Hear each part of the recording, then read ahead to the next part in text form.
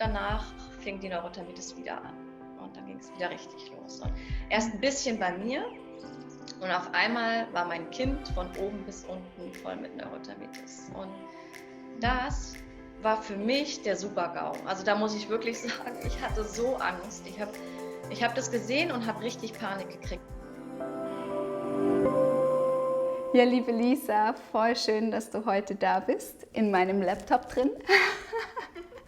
Es ist so cool, dass wir einfach so miteinander reden können und zuerst der E-Mail-Kontakt hin und her, du hast mir deine Geschichte aufgeschrieben und ich war schon einfach so berührt, wie du für dich entschieden hast, in diese Selbstverantwortung zu gehen und zu sagen, nein, nicht mehr weiter so, ich möchte was ändern. Und ja, vielleicht stellst du dich noch kurz vor, dass unsere Zuschauer auch wissen, wer jetzt hier ist. Und dann sprechen wir über das spannende Thema Neurodermitis und sich selbst davon zu heilen. Hallo, also mein Name ist Lisa. Ich komme aus dem Großraum Frankfurt am Main, habe einen Mann und 2 Kinder. Und mein Großer ist schon 8 und der Kleine ist jetzt 2. Genau, und wie du ja schon gesagt hast, habe ich schon mein Leben lang Neurodermitis. Dazu kamen dann noch viele andere weitere Diagnosen, was Allergien betrifft. Und ja, da kann ich gerne ein bisschen mehr erzählen. Ja. Oh ja, da tauchen wir hinein. Ich bin ja so begeistert von deinem Hintergrund, weil ich das Gefühl habe, du bist eine Waldfee. Mein Baum. Ich liebe dieses Bild. Das wird dann auch immer so angestrahlt und ist dann, ja, es strahlt, ja. Es strahlt, so wie du heute. Wie hat es angefangen? Du hast schon angedeutet, du hast dein Leben lang mit Neurodermitis zu kämpfen gehabt. Vielleicht nimmst du uns gleich in die Geschichte mit rein, wie das alles angefangen hat. Genau, also ich war, glaube ich, 3 Monate alt, als die Neurodermitis angefangen hat. Meine Mama hat mir erzählt, ich habe jetzt noch mal ein bisschen Rücksprache gehalten, mich noch mal ein bisschen erkundigt, dass es so zuerst im Gesicht angefangen hat und dann über den ganzen Körper ging und sie schon sehr schnell vermutet hat, dass es eben Neurodermitis ist und hat dann selbst versucht herauszufinden, was die Ursache sein könnte und hat dann so im Ausschlussverfahren geschaut, was ich esse, wie ich reagiere. Und ich glaube, ich wurde bis zum 8. Monat auf jeden Fall voll gestillt und danach gab es den ersten Milchbrei. Und da sagte sie, ich hatte den Löffel noch nicht am Mund, da hatte ich schon überall Ausschlag. Und da war schon mal klar, also die Milch ist ein großer Faktor. Dann hat sich das ja, herausgestellt, dass es auch das Ei ist, also vor allen Dingen das Eiweiß. Und darauf hat sie dann auch einfach verzichtet. Ne? Das wurde dann weggelassen für die nächsten Jahre und die Neurodermitis hielt sich so die Waage. Ne? Es war mal gut, mal schlechter. Ich hatte zwischenzeitlich auch mehrere Bronchitis, also schon als ich ganz klein war, war ich schon, ja, schon oft ziemlich krank gewesen.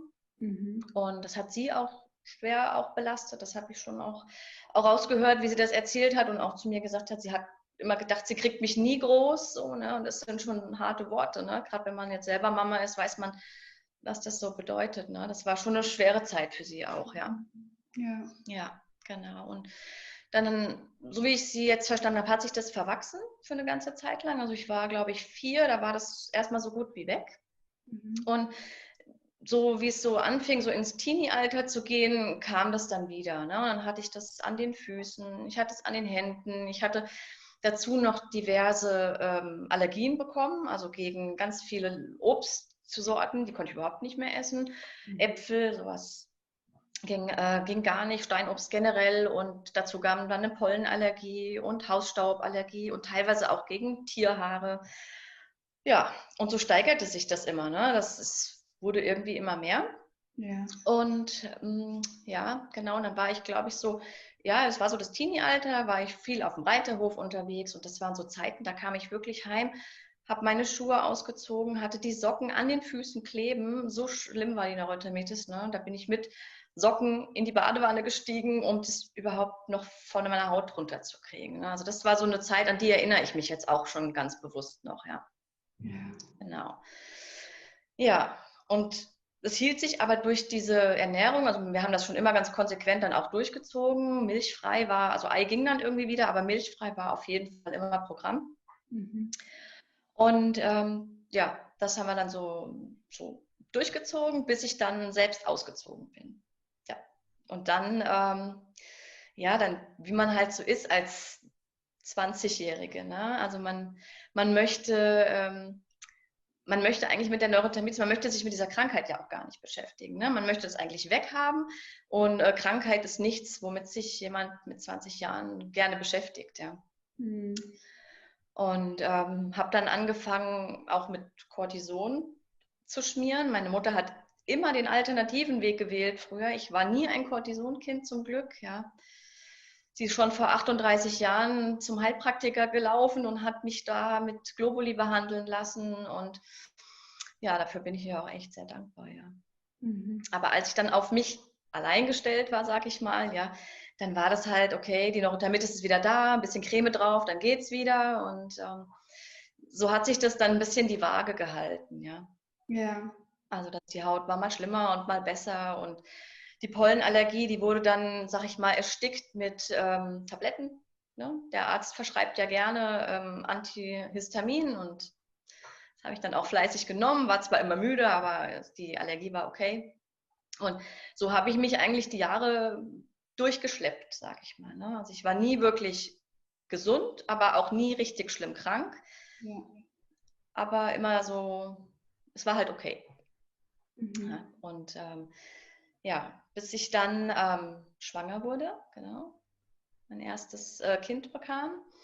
Die Schwangerschaft war noch super. Also Wann war das dann? Wie alt warst du da dann? Da war ich 30. Mhm. Genau.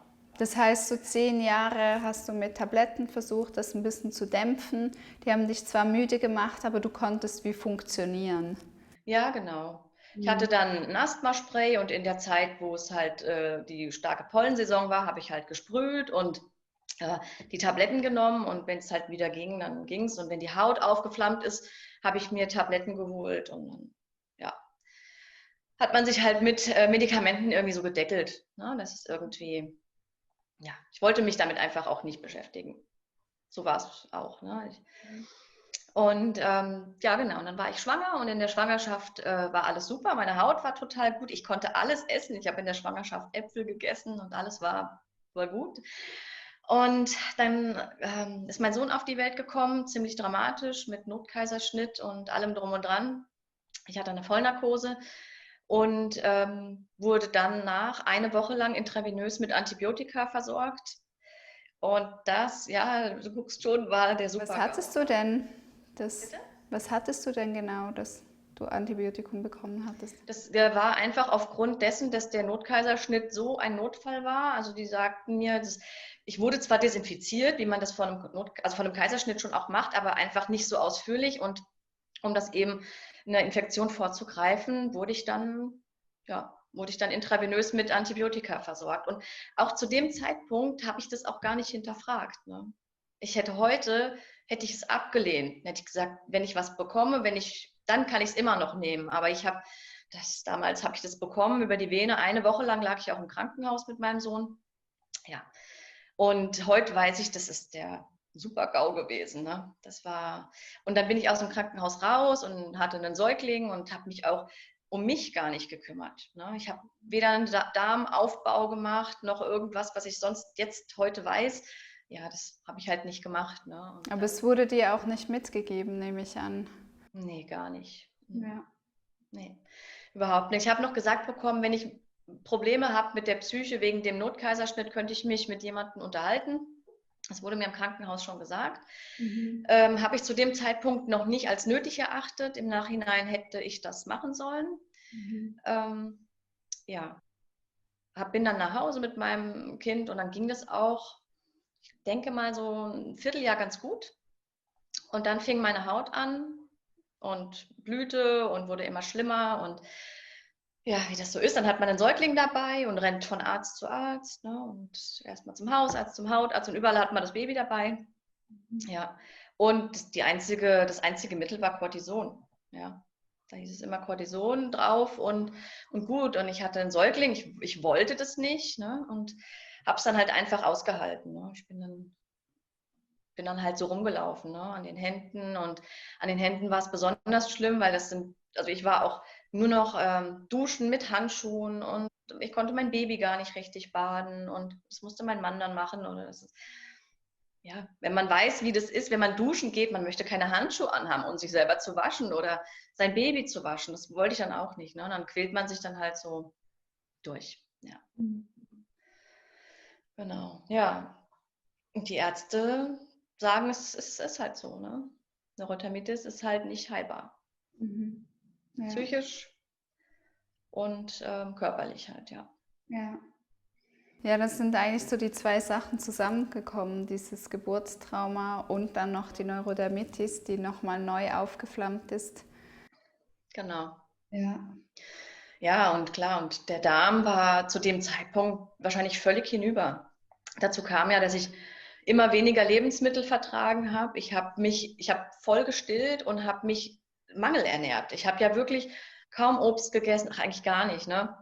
Ein bisschen Gemüse und dann ein bisschen Präparate halt, Folsäure und sowas. Aber das war, wenn jetzt heute rückblickend, würde ich sagen, war das nix. Ja. Und es ging mir dann auch von der Psyche immer schlechter. Und heute weiß ich auch, dass das viel auch mit diesem Mangel auch zu tun hatte, ja. Dass ich war total unterversorgt, ja, mit Vitaminen und Mineralstoffen.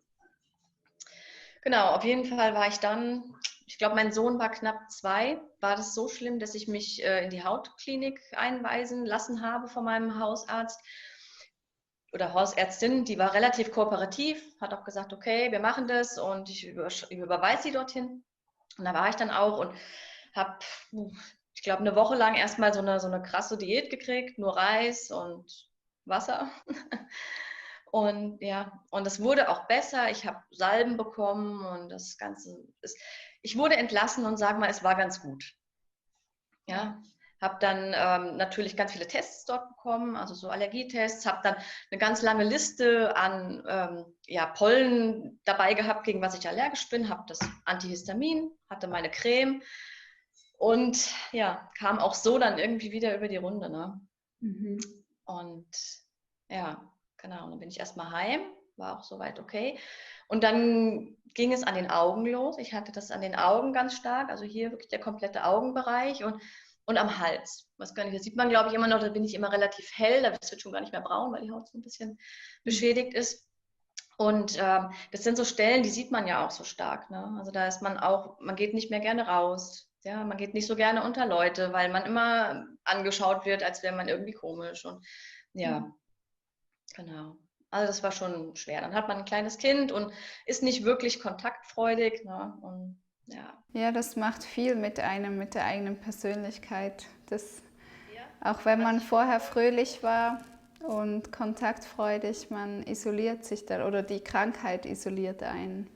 Ja, genau. Man zieht sich schon ein bisschen zurück. Und ich habe natürlich auch, wenn die Pollen geflogen sind und ich war allergisch von Dezember bis September, also fast das ganze Jahr, war immer irgendwas, was ich nicht vertragen habe in der Luft. Und da geht man auch nicht gerne raus, ja, auf den Spielplatz oder überhaupt ins Feld, in den Wald. Nirgendwo wollte ich hin, weil es halt einfach jedes Mal mit einem neuen Schub irgendwie verbunden war, ja.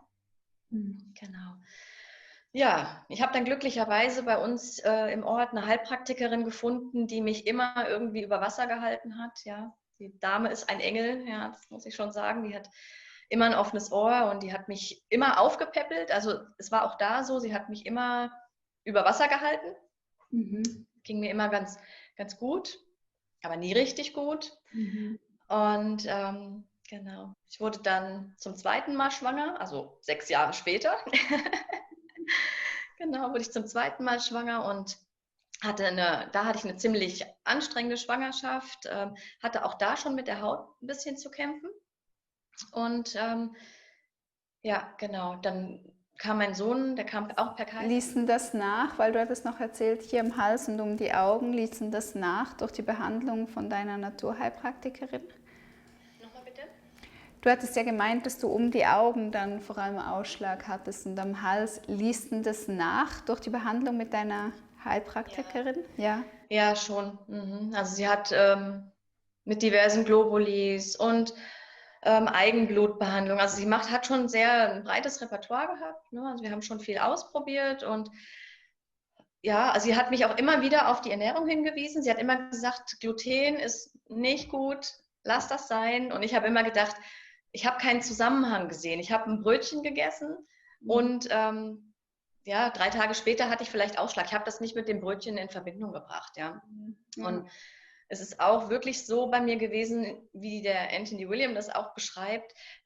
Ich esse am Tag meinetwegen mittags einen Döner und abends einen Apfel und am nächsten Tag habe ich einen Ausschlag und dann war das der Apfel. Dann war ich sicher, ich vertrage den Apfel nicht, ne? Also so ist es halt echt auch gewesen, ne? Also ich habe, ja, und ja, sie hat mich da schon irgendwie immer aufgepäppelt und auch während der Schwangerschaft hat sie mich super unterstützt. Und dann mein zweiter Sohn war dann auch ein Kaiserschnitt gewesen. Und also aus medizinischen Gründen auch, mussten wir einen Kaiserschnitt machen lassen. Und es ging mir auch gut damit, habe ich auch gut verkraftet, den Kaiserschnitt, und war dann auch 3 Monate mit ihm zu Hause. Und danach fing die Neurodermitis wieder an. Und dann ging es wieder richtig los. Und erst ein bisschen bei mir. Und auf einmal war mein Kind von oben bis unten voll mit Neurodermitis. Und das war für mich der Super-GAU. Also da muss ich wirklich sagen, ich hatte so Angst. Ich hab das gesehen und habe richtig Panik gekriegt. Da habe ich gesagt, jetzt hast du ein Neurodermitis-Kind, ja. Da habe ich richtig Angst bekommen, ja. Und ja, wie man als Mama halt so ist, also auf mich ist mal keine Rücksicht genommen. Und dann habe ich überlegt, wie kriege ich ihn da irgendwie, wie kriege ich das in den Griff? Und habe eine andere Heilpraktikerin gefunden, die sich auf Kinder da spezialisiert hat mit der Neurodermitis. Wurde ich von einer Freundin hin empfohlen und bin dann mit meinem Kleinen da angetrabt gekommen und sie sagte, stillen Sie noch? Und dann sage ich, ja, ich still. Und dann sagt sie, okay, dann gucken wir nicht nach dem Kind, wir gucken nur nach Ihnen. So. Das Kind trägt, also das ist ihre Theorie, trägt die Allergene der Mutter nach außen. Gut, das musste ich dann erstmal so hinnehmen, habe ich erstmal verstehen müssen, was sie damit alles mir erklärt hat. Habe dann verschiedene Untersuchungen machen lassen, unter anderem also so eine Dunkelfeldanalyse. Sagt dir das was? Also das ist so eine mikroskopische Analyse. Dann wurde ein großer Lebensmitteltest gemacht. Dann wurde eine Stuhluntersuchung gemacht. Und ja, dann habe ich die Ergebnisse bekommen. Und Dunkelfeld sah richtig dunkel aus, also mit dem Blut. Es war ganz langsam und verklebt. Und dann kam der Lebensmitteltest und da kam raus, es gibt 35 Lebensmittel, die ich vermeiden muss. Okay, da war ich schon mal total geschockt. Da habe ich gedacht, okay, jetzt kannst du ja gar nichts mehr essen, ne? Unter anderem war da die Milch dabei, das Gluten und das Ei und ganz viel Obst und Gemüse. Ja, und dann, ja, genau. Und dann habe ich gedacht, okay, damit es meinem Kind irgendwie besser geht, vermeide ich das jetzt. Sie hat auch gesagt, von heute auf morgen alles weglassen. Direkt. Ich habe das gemacht. Also Angst hatte ich halt einfach um mein Kind und Angst ist eigentlich ja nie so wirklich ein guter Ratgeber, aber ich habe halt gedacht, das muss ja besser werden und habe alles weggelassen von heute auf morgen. Hat mich erstmal in eine ziemliche Krise gestürzt, ja. Weil wer das kennt, diese Ernährungsumstellung, der weiß, was das bedeutet, wenn man vorher ganz normal gegessen hat und muss auf einmal alles weglassen. Ich dachte, ich war Hunger vorm Teller. Also ja, genau. Und dann wurde die Stuhlanalyse noch gemacht und dann hat sie mich angerufen, die Heilpraktikerin, und sagt, wir haben Entzündungswerte, die sind so hoch, da stimmt irgendwas nicht. Ja. Und da habe ich richtig Angst gekriegt. Ja, da war ich dann wirklich in Panik, dachte ich, okay, Darmkrebs, irgendwas, ne? Und habe dann, genau, 2 Wochen lang, habe ich schon auf Gluten verzichtet gehabt und auf Ei und auf die Milch und meine ganzen Gemüse- und Obstsorten. Und bin dann erstmal in den Schwarzwald gefahren zu meinen Großeltern und habe mit dieser Ernährung, die habe ich praktisch so mitgenommen, habe jetzt kannst du dich damit beschäftigen und guckst mal, wie du damit klarkommst. Bin ich in den Schwarzwald gefahren, ich voll Neurodermitis, mein Kind hat Neurodermitis und mein Onkel guckt mich an und sagt, ja, warum trinkst du denn keinen Selleriesaft? Ja? Und da sagte ich, ja, Selleriesaft, wie? Ne? Und dann hat er mir das so ein bisschen erzählt und habe ich gedacht, okay, der spinnt, ne? Ich gedacht, der hat sie ja nicht alle, er verreist immer mit seinem Entsafter und da habe ich gedacht, okay, naja, gut. Okay. Was hat denn er für eine Krankheit, dass er den Selleriesaft trinkt? Genau. Ja, mein Onkel hat Hashimoto, Spannend. Schilddrüsenerkrankung. Erkrankung. Ich weiß gar nicht, ob er noch weitere Erkrankungen hat, aber ich weiß, dass er Hashimoto damit in den Griff bekommen hat. Und zu dem Zeitpunkt, ja, also er ernährte sich schon nach Anthony William, trank den Selleriesaft und war mehr oder weniger konsequent mit der Ernährung. Und mein Opa ist schon immer auf dem Trip, sag ich mal. Ne? Wir haben das früher immer sehr belächelt und haben gesagt, okay, naja, irgendwie, ne, ist halt fast ausschließlich roh und vegan und wir haben es echt belächelt. Aber ja, heute weiß ich, der hat es einfach schon vor 40 Jahren gecheckt, ja. Und weißt du da, wie er dazu kam? Weil da gab es ja das Internet noch nicht. Nee, das kann ich dir nicht sagen, wie er dazu gekommen ist, weiß ich nicht. Also auf jeden Fall hat er eine Menge Bücher. Ja. Und er ist jetzt auch nicht im Internet unterwegs. Ne? Er macht das über Bücher und über das, was er so erzählt bekommt, auch von meinem Onkel noch. Und aber ich weiß, dass er schon maßgeblich auch an der ganzen Neurodermitis-Geschichte bei mir beteiligt war, weil meine Mutter immer gesagt hat, okay, wenn der Opa nicht gesagt hätte, es gibt da noch Alternativen, wäre sie vielleicht auf die Schulmedizin aufgesprungen. Aber er hat immer schon gesagt, ne, es gibt andere Wege und ja, da ist er schon maßgeblich dran beteiligt gewesen. Ja, ja total. Und wie ich dort dann weggefahren bin, noch mit der Neurodermitis und er sagte, du kriegst das nur los, wenn du roh isst, habe ich echt noch gedacht, okay, der spinnt ja total. Ne? Okay, dann bin ich nach Hause gefahren, habe dann die Darmspiegelung machen lassen, die mir empfohlen wurde und bin noch aus der Narkose aufgewacht und der Arzt sagte zu meinem Mann, ihre Frau hat Morbus Crohn. Das sieht man eindeutig. Genau. Und ich habe das gar nicht, ich war ja noch in Narkose, ich habe es gar nicht mitbekommen. Zu Hause hat mein Mann mir das dann erzählt und sagte, ja, der Arzt sagt, du hast Morbus Crohn. Und da fiel ich wirklich aus allen Wolken, weil ich sagte, ich habe keine Symptome, ich habe keine Durchfälle, keine Schmerzen. Wie kommt der da drauf? Ne? Und dann haben sie aber so einen pathologischen Test, glaube ich, gemacht, heißt das, um zu gucken, wie das Gewebe aussieht. Und dann rief er mich 3 Tage später an und sagte am Telefon zu mir, tja, Pech gehabt, Sie haben Morbus Crohn. Ja, und tschüss. Und da war ich wirklich sehr aufgelöst, ja. Also da muss ich sagen, da hat der Arzt mich am Telefon mit hängen lassen, ja. Hat halt gesagt, Sie haben Morbus Crohn und da kann man nichts machen. Sie können sich das Cortison abholen und gut, danke fürs Gespräch, ja. Genau, also so. Und das musste ich dann echt erstmal verdauen. Da war ich wirklich richtig down, weil ich gedacht habe, okay, ich habe von Morbus Crohn die schlimmsten Sachen gehört und den Menschen geht es wirklich richtig schlecht und wird das jetzt bei mir immer schlimmer und ne, was wird jetzt passieren die nächste Zeit? Und war da wirklich sehr aufgelöst. Parallel habe ich aber immer noch meine Ernährung verfolgt. Meinem Sohn war die Neurodermitis nach 2 Wochen weg. Ich habe ich habe die Lebensmittel, die mir gesagt worden sind, weggelassen und Neurodermitis war weg. Und gut, das hat mich natürlich bestärkt, wo ich gesagt habe, okay, da ist irgendwie was dran, was die Heilpraktikerin gesagt hat, das machen wir weiter. Und bin dann dran geblieben und bin dann nochmal zu meinem Hausarzt und habe gesagt, hier, der Facharzt sagt mir, ich habe Morbus Crohn, was bedeutet das für mich? Und da hat der Arzt mich weggeschickt und hat gesagt, es wäre nicht seine Aufgabe, mir das zu erklären. Und ich hatte immer auch da wieder einen Säugling dabei. Also man tingelt dann von Praxis zu Praxis, immer mit seinem Säugling im Schlepptau. Und ja, bin dann aus dieser Praxis raus und war so sauer.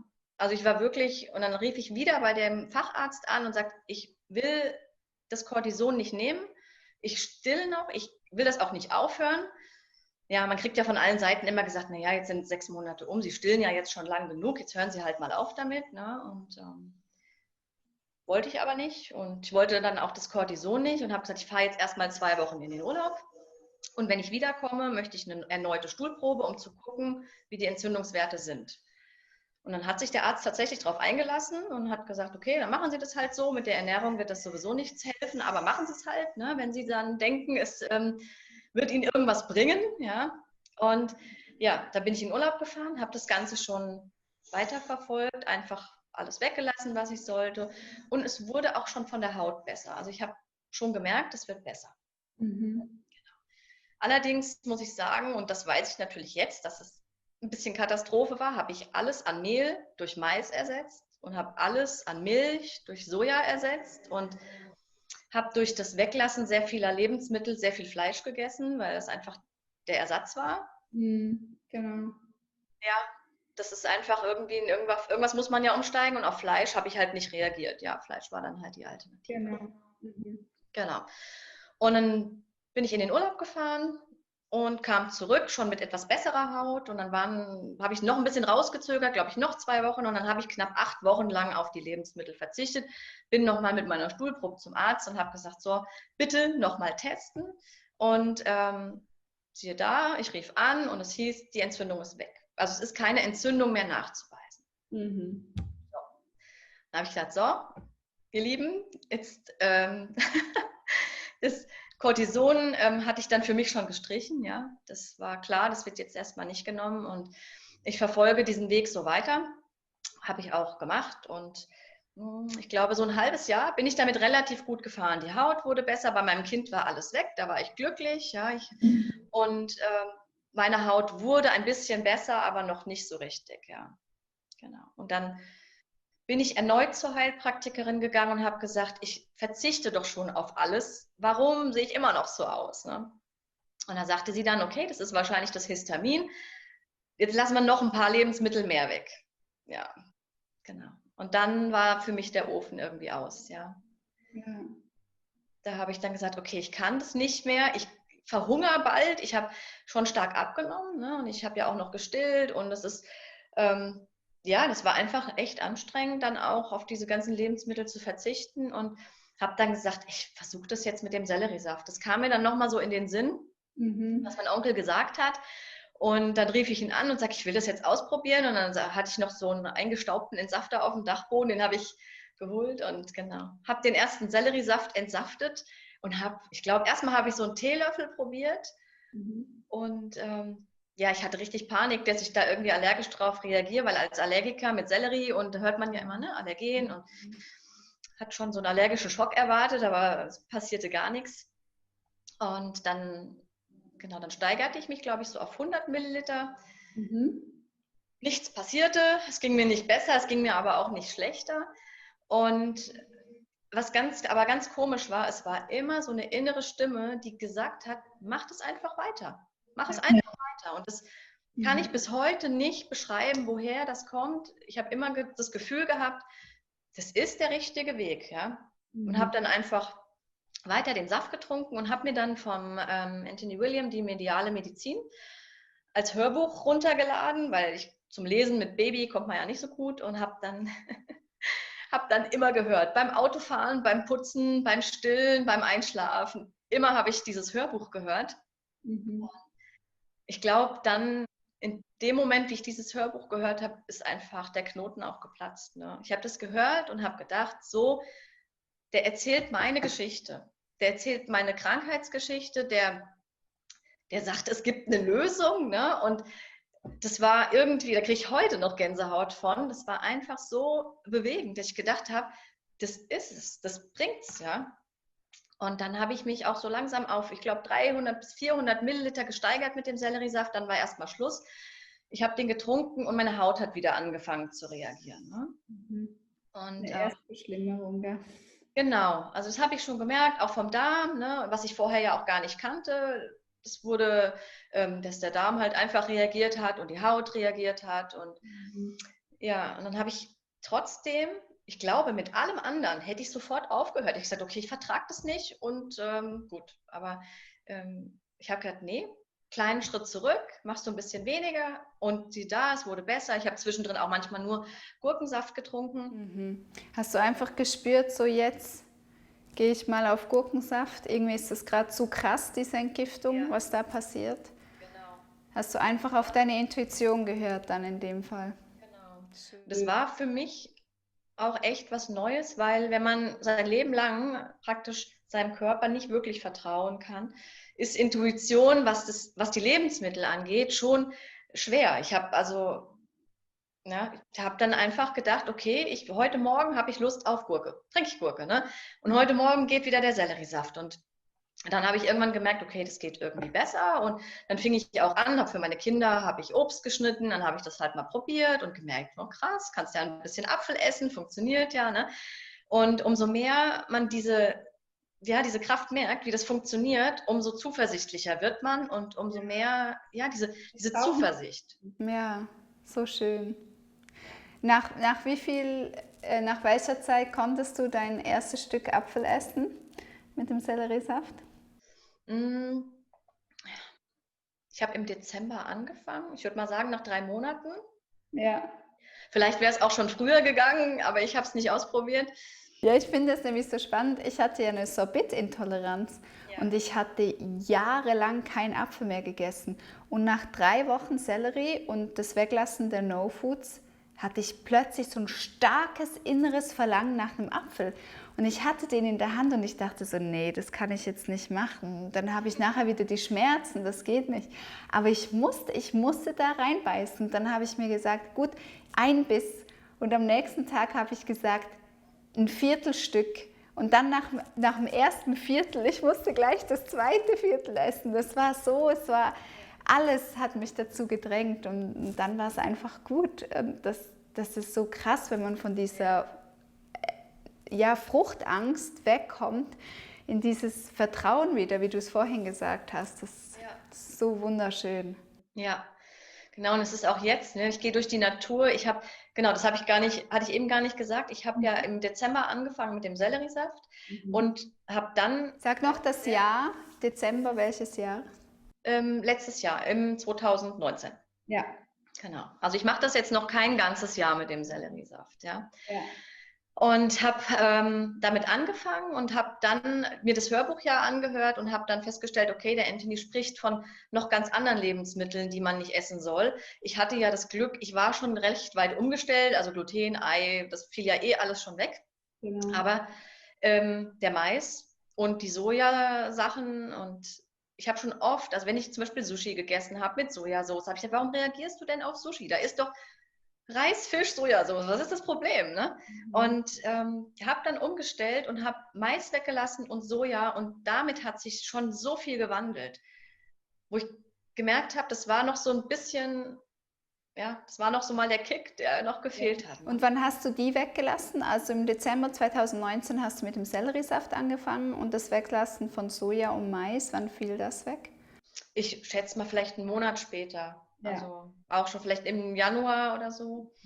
Genau, und dann kam ja die Pollensaison, also es fing ja dann bei mir eigentlich im Dezember schon an, da merkte ich nichts. Dann dachte ich, okay, gut, kann ja sein, gucken wir mal, wie es im Frühjahr wird. Ne? Und ich habe dieses Jahr, und es haben sehr viele geoucht und gesagt, oh, dieses Jahr ist es so schlimm. Selbst mein Mann hatte Heuschnupfen. Ich hatte nichts. Gar nichts. Ja. Oh, wow, Lisa. Das ist für mich, ich kann das gar nicht beschreiben, ich bin rausgegangen, jeden Tag aufs Neue und bin raus und habe gedacht, okay, gleich kriegst du bestimmt nicht mehr gut Luft oder du kommst nach Hause und alles ist irgendwie geschwollen und so. Nichts, gar nichts. Ne? Und jetzt gehe ich mit meinem kleinen Sohn durch die Natur und wir pflücken Äpfel und dann essen wir diese Äpfel und das ist wirklich ein neues Lebensgefühl, ja. Das ist ein neues Leben, ja. Ja, das ist wahr, ja. Also das hat mich dermaßen bestärkt, dass ich gesagt habe, okay, da ist wirklich was dran und ich muss das weiter verfolgen und muss auch dazu sagen, also wenn ich mir andere bisher angehört habe, bei dir sind schon sehr weit, also sind vegan unterwegs oder roh unterwegs und ich esse zurzeit immer noch Fleisch, also ich bin noch nicht komplett vegan. Habe das zwar reduziert und möchte das auch weiterhin reduzieren, aber ich bin auch immer noch am Stillen, zwar nur ganz wenig, aber habe mir vorgenommen, wenn ich jetzt abgestillt habe, mache ich den nächsten Schritt. So, ne? Ja, und alles hat seine Zeit, weißt du, Lisa. Und da sind wir auch wieder bei der Intuition. Ja. Wir dürfen uns dieses Recht geben und Schritt für Schritt im eigenen Tempo vorwärts gehen. Das ist ja nicht irgendwie Gesetz oder so, sondern jeder Mensch ist individuell und das ist so schön, wie du die Sachen umgesetzt hast und wie du jetzt schon so viele Ängste, gerade gegenüber von Früchten, hast verlieren dürfen. Das ist ja so ein Riesengeschenk. Genau, und das ist auch das, wo ich mir denke, das ist das, was man auch nach außen tragen sollte, dass man nicht von 0 auf 100 muss und den ganzen Berg hoch muss und vor allen Dingen, wenn man richtig krank ist. Also ich meine, ich hatte ja eine recht gute Ausgangsposition. Ja? Ich hatte zwar die Neurodermitis und diese Diagnose Morbus Crohn, aber das hätte viel schlimmer werden können noch die nächsten Jahre, hätte man das nicht zufällig entdeckt, dass diese Darmspiegelung gemacht wurde. Ja, ich sage immer, mein kleiner Sohn, der war ja irgendwie mein Schutzengel. Hätte der nicht angefangen mit der Neurodermitis, wäre ich diesen Weg ja gar nicht gegangen. Ne? Ja. Ja. Und jetzt geht es halt weiter. Ne?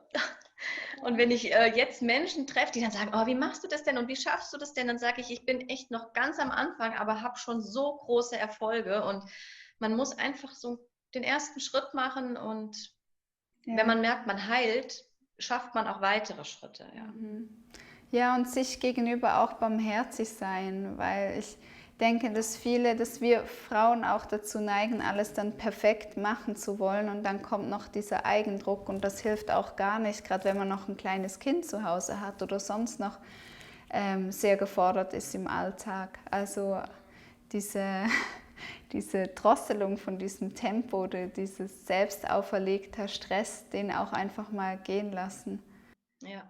Ja, gerade die Ernährung, ne? Das ist am Anfang, war das sehr, sehr stressbehaftet und ich muss auch sagen, meine restliche Familie hat sich zu dem Zeitpunkt, wie ich umgestellt habe, sehr viel schlechter ernährt. Der Fokus lag auf einmal nur noch auf mir und ich habe gedacht, okay, du musst erstmal zusehen, dass du irgendwie klarkommst mit deinem Essen und habe irgendwas versucht für mich zu kochen und wenn die dann, da gab es halt eine Pizza und ich habe halt für mich irgendwas gekocht.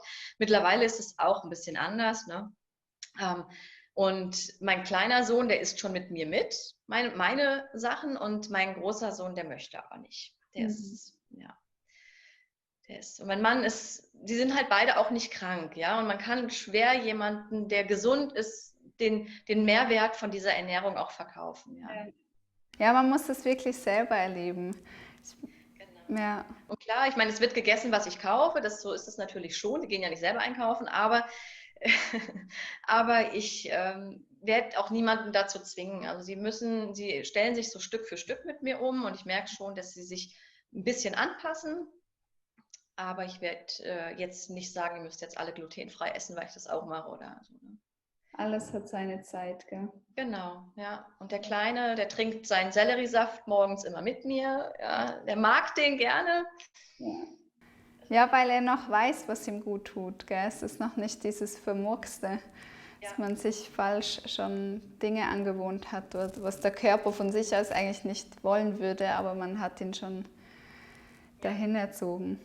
Genau, also er bekommt den von mir vorgehalten, den Saft, und entweder mag er einen Schluck trinken oder halt nicht und so ganz zwanglos und meistens möchte er und dann trinken alle Kuscheltiere, Traktoren, alle müssen mal einen Schluck Selleriesaft trinken und dann, ja.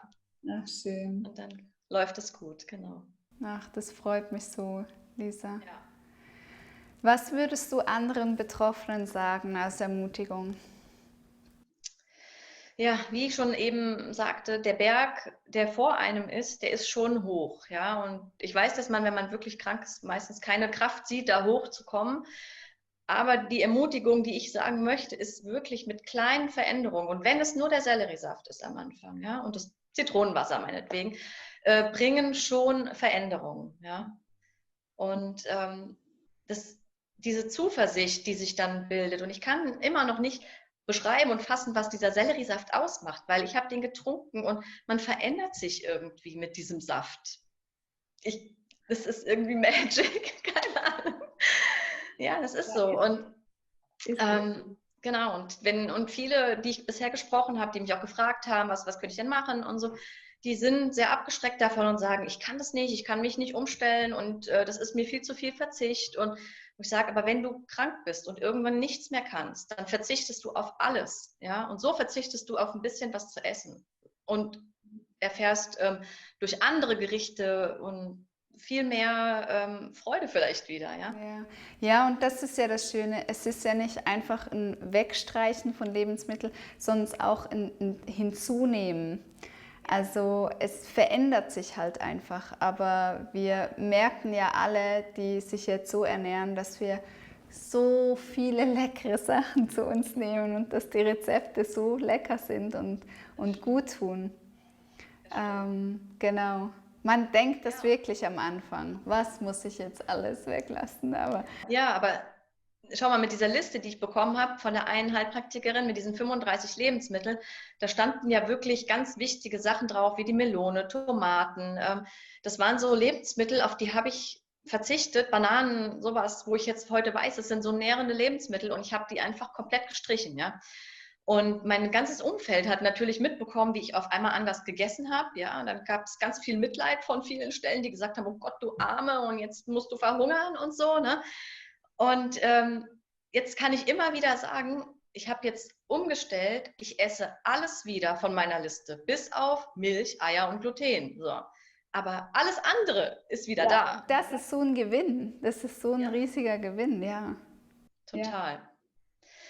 Ja, genau. Deswegen, also ich kann da nur jeden dazu ermutigen, der eine chronische Krankheit hat, sich damit zu beschäftigen, ja. Genau. Und wenn es nur kleine Schritte sind. Hört das Hörbuch, ich höre ganz viele, die sagen, oh, so einen medizinischen Kram, ich kann das nicht lesen und so. Und dann sage ich, höre das Hörbuch, das ist so eingängig und ja. Ja, und er erzählt es ja auch sehr nah an den Geschichten und nah am Menschen. Ja, der Sprecher ist auch toll. Ich habe dann noch Heile deine Leber als Hörbuch und Selleriesaft. Nee, Heile deine Leber kommt jetzt erst raus. Das möchte ich mir noch holen, genau. Selleriesaft. Und weil ich es einfach besser aufnehmen kann, wenn ich es höre. Und ich brauche das auch für 100 Mal. Ich habe das erste Buch schon zigmal gehört. Ne? Und immer wieder. Ja, so ist das. Ach, so schön.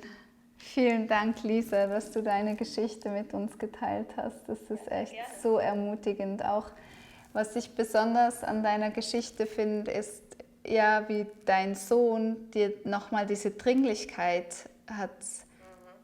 Ja, du hast dann nochmal erkannt, nein, jetzt müssen wir was machen. Und du hast vorhin gesagt, er war wie dein Engel, der eine Botschaft hatte. Und ich glaube, das dürfen wir, auch wenn es nicht unsere Kinder zeigen, schon vorher dürfen wir merken, hey, wir sind wichtig, wir dürfen uns selbst heilen und nicht nur, weil jemand anderes, den wir ganz, ganz fest lieb haben, jetzt auch noch krank wird. Ja, und das vergessen wir oft, gerade weil du das schon hattest, als du so klein warst du es dir irgendwie wie gewohnt. Ja, das ist ein Teil von mir. Und jetzt zu erkennen, als erwachsene Frau, dass du das abstreifen konntest, dass es gar nicht ein Teil von dir war. Das ist so befreiend, so schön. Vielen Dank für diese ermutigende Geschichte. Gerne. Ja, vielen Dank, dass ich dabei sein durfte. Ja, danke dir. Ja, und für euch, ich möchte euch auch einfach ermutigen, genauso wie es die Lisa gesagt hat, alles braucht einfach seine Zeit. Und wenn es der erste Schritt ist, mit dem Selleriesaft anzufangen oder mit dem Zitronenwasser, dann ist es das. Und was ich auch noch gerne sagen würde, ist, du bist wertvoll, egal wo du gerade stehst.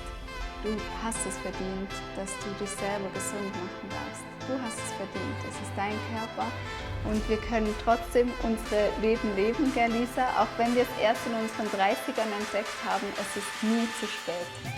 Wenn dir das Video gefallen hat, dann schenk uns gerne ein Like oder kommentiere, wenn du ähnliche Erfahrungen gemacht hast. Und dann freue ich mich, wenn du beim nächsten Video wieder einschaltest. Bis dann. Ciao.